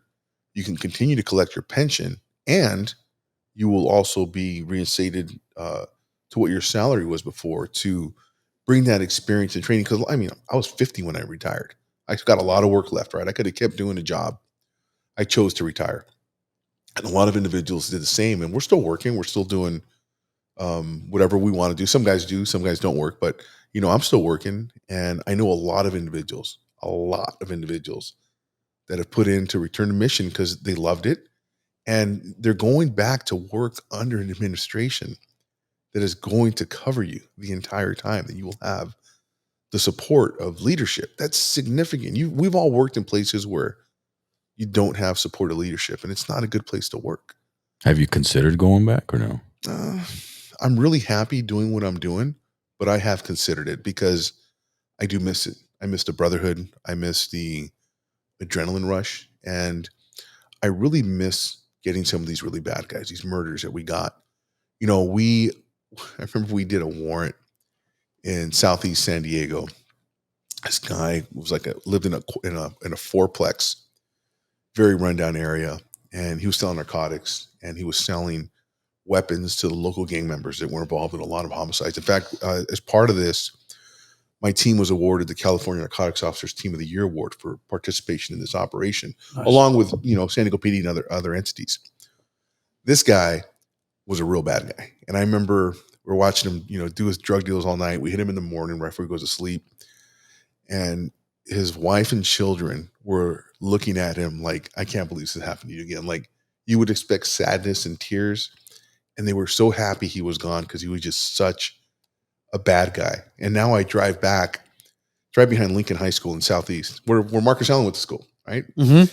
And you drove by it before, and it was completely downtrodden. And now you see kids playing around there. It's cleaned up, and you're like, wow, you had an impact on the community. And I've seen this in multiple different locations. You've brought life back to that community. Yeah, at least for a small period of time. And I saw that many times where you'd arrest some people that were true bad guys, right?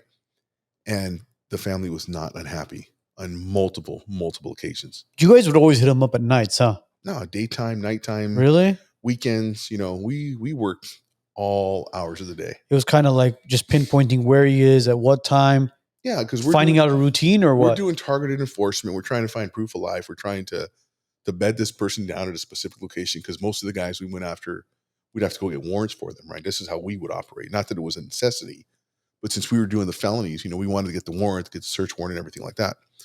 So we had to go through a process. And how long was the investigations before you actually nipped them?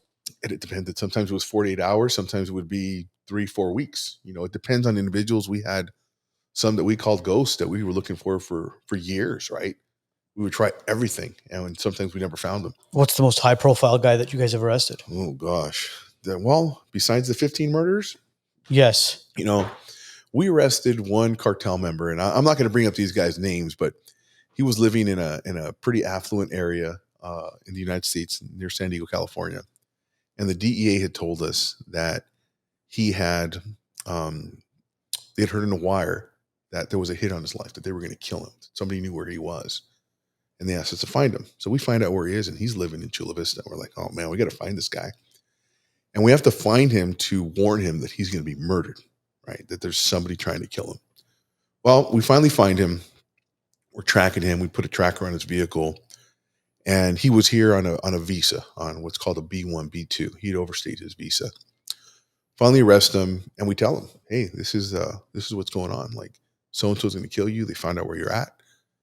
Most people would say, I want to go to work with you. I'll flip. I don't want to go back to Mexico. I'm going to be killed. And he kind of looked at us like, I know the life I'm into. Like, send me back. I'll be fine. Well, as soon as he goes back to Mexico, a war breaks out. Like, he literally steps foot in Mexico.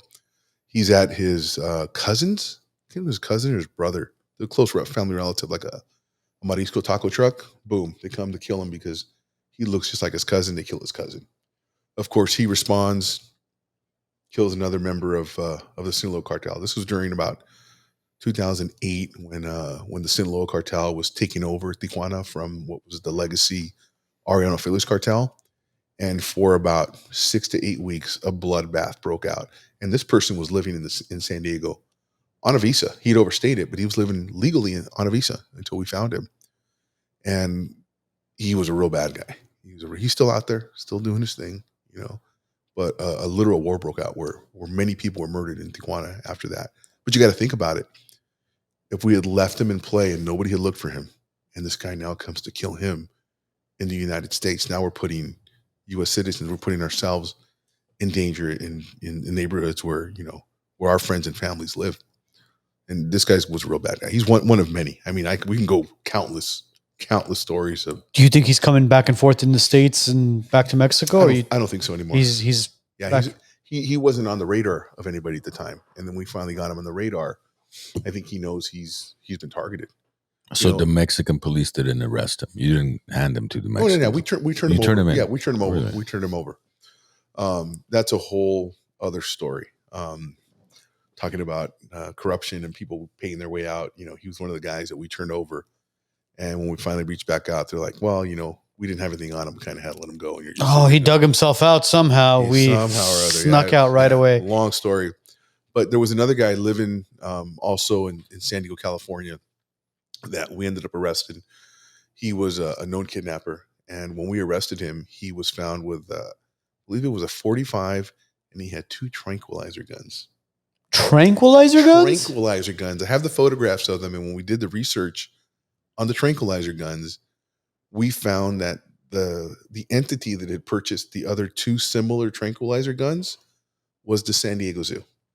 I was about to say, what is he going after? An elephant or a lion? And they were used for elephants, to tranquilize elephants. And he had purchased them. And our theory, and from other witness accounts and whatnot, was that he was kidnapping individuals, hitting them with a tranquilizer gun, likely ketamine, right? Boom, and then kidnapping them. There was a whole.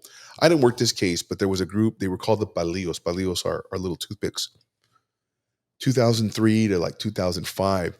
They were a rogue element of the Arellano Feliz Cartel, and they had been done dirty by one of the leaders. Palillo, the original Palillo, the toothpick, he was murdered by the cartel. And he knew he was going to be murdered, and he told his brother and he told his crew, if I get called on the carpet by the brothers and they kill me, go to war.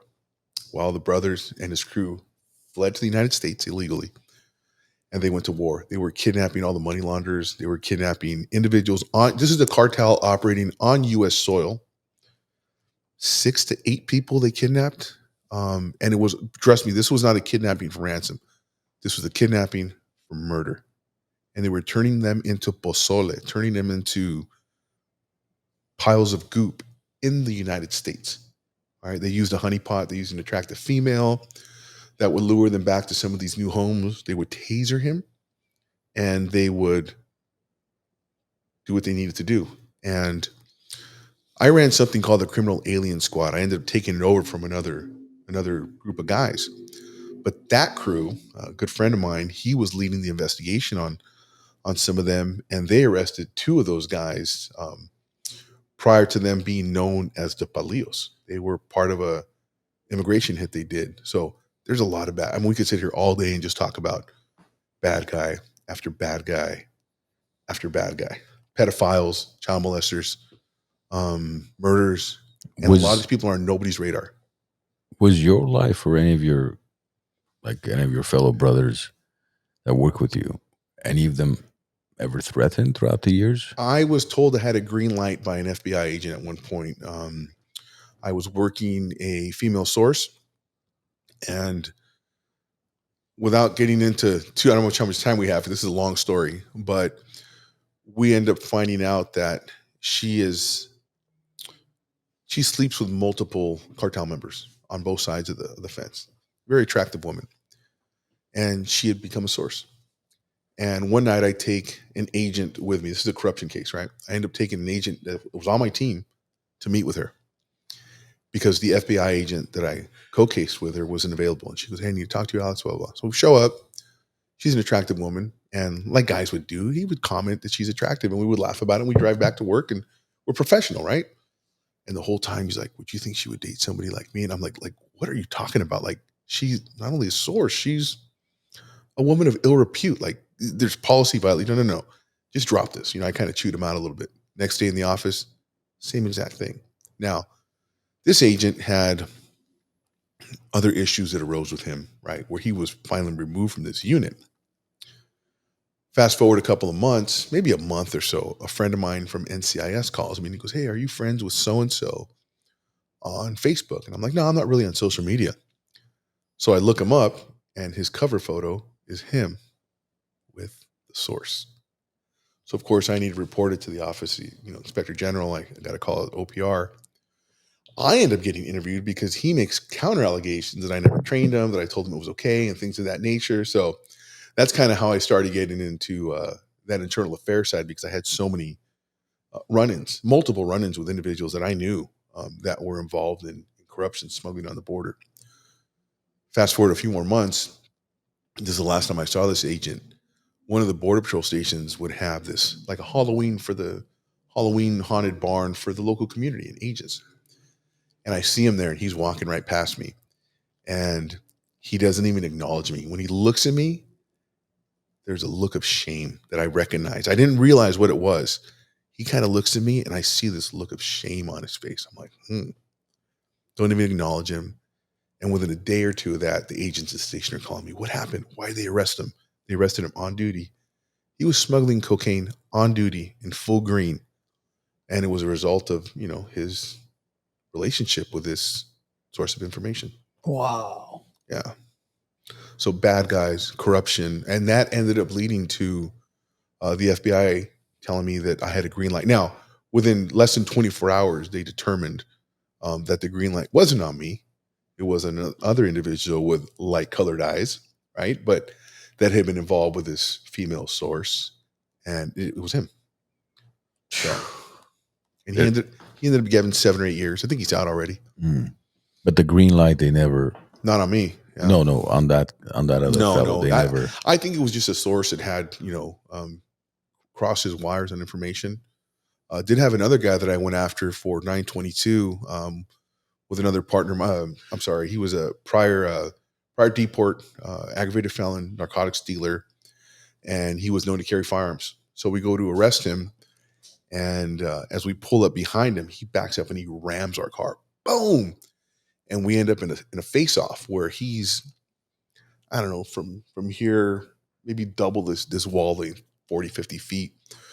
And he's revving an engine and he's coming right at me. And I got my gun on. And it's the closest I came to. She was trying to run me over. And it was the closest I came to shooting somebody. I was halfway to the trigger, but I had enough time to move out of the way. Like, I was justified in shooting this guy. And I'm drawing down. And he's coming. But I had enough time to step out of the way. So it was one of those judgment calls. And I had a lot of guilt over it for a lot of years. Like, not so much guilt, but like, man, why didn't I pull the trigger? But then when I look back, I'm like, I didn't have to. I could have, but I didn't have to. He ends up getting away. We try and chase him in about 6 months. Oh, I'll rewind a little bit. When I jumped out of the car to arrest him, the adrenaline kicked in. He's trying to open up the door and I kick it. And I put a big dent in the door, not realizing that I kicked it in pretty, just adrenaline kicks in, You right? marked that vehicle very nicely. So about 6 months, maybe a year later, we'd put something called a text alert on it. You can go in there to the federal system and put alerts on vehicles. And it just so happened to be a friend of mine who's running up I-15 near Murrieta. And he goes, hey, do you have alert on so-and-so vehicle? And I'm like, yeah. I go, is there a male in the car? And he goes, yeah, but he's giving me this different name and this and that. And I go, do me a favor. Go up and tell me if he has a band of geckos tattooed on his arm. And J-Lo calls me back and he goes, yeah, dude. And I go, look at his fingertips. So this guy had tried to have acid. He had tried to have his fingerprints removed. So his fingers looked like a frog. They were kind of flattened out, but it didn't work. Like we still get his fingerprints. So he ended up getting him later. He ended up going down for, not attempted murder, but assault on a federal officer. The previous entering the country illegally, 1326. So he got some good time. Not as much as I would have liked, but yeah, there's been a lot of danger out there. Jeez. Yeah. I mean, I know we could sit here for hours and talk about these stories, man, but we should definitely have you back to tell us more stories about everything that you've gone through. Would love to. And, and not only that, we could talk about, Mexican law enforcement. I'm an expert on it. We know a lot about what's going on with Mexican law enforcement, the things they're facing, the challenges they face, up to and including, Central America and some of the training we're doing for these countries, because it's important. It's really important because we take for granted as U.S. law enforcement how well we're trained. Our insurance company is giving you the runaround. Stop stressing and start winning. Public Assist goes toe-to-toe with the insurance companies so you could get paid every single dollar that you deserve. Fire damage, water damage, storm damage. Has a tree gone through your house? Public Assist has your back. Don't wait. Call them today. 818-242-0998. 818-242-0998. Are you looking for a place to kick back and celebrate? Well, the Glen Arden Club has got you covered. Upstairs, you got a private lounge with a cigar room. Downstairs, you got the Moose Den, where you can have cocktails and private events. Hey, are you even hungry? They got an outside pizzeria serving one of the best pizzas in town. If you're interested in becoming a member with the Glen Arden Club or booking an event, contact the Wisenuts. We'll connect you to the boys at the Glen Arden, and you could become a member here or host your next gathering.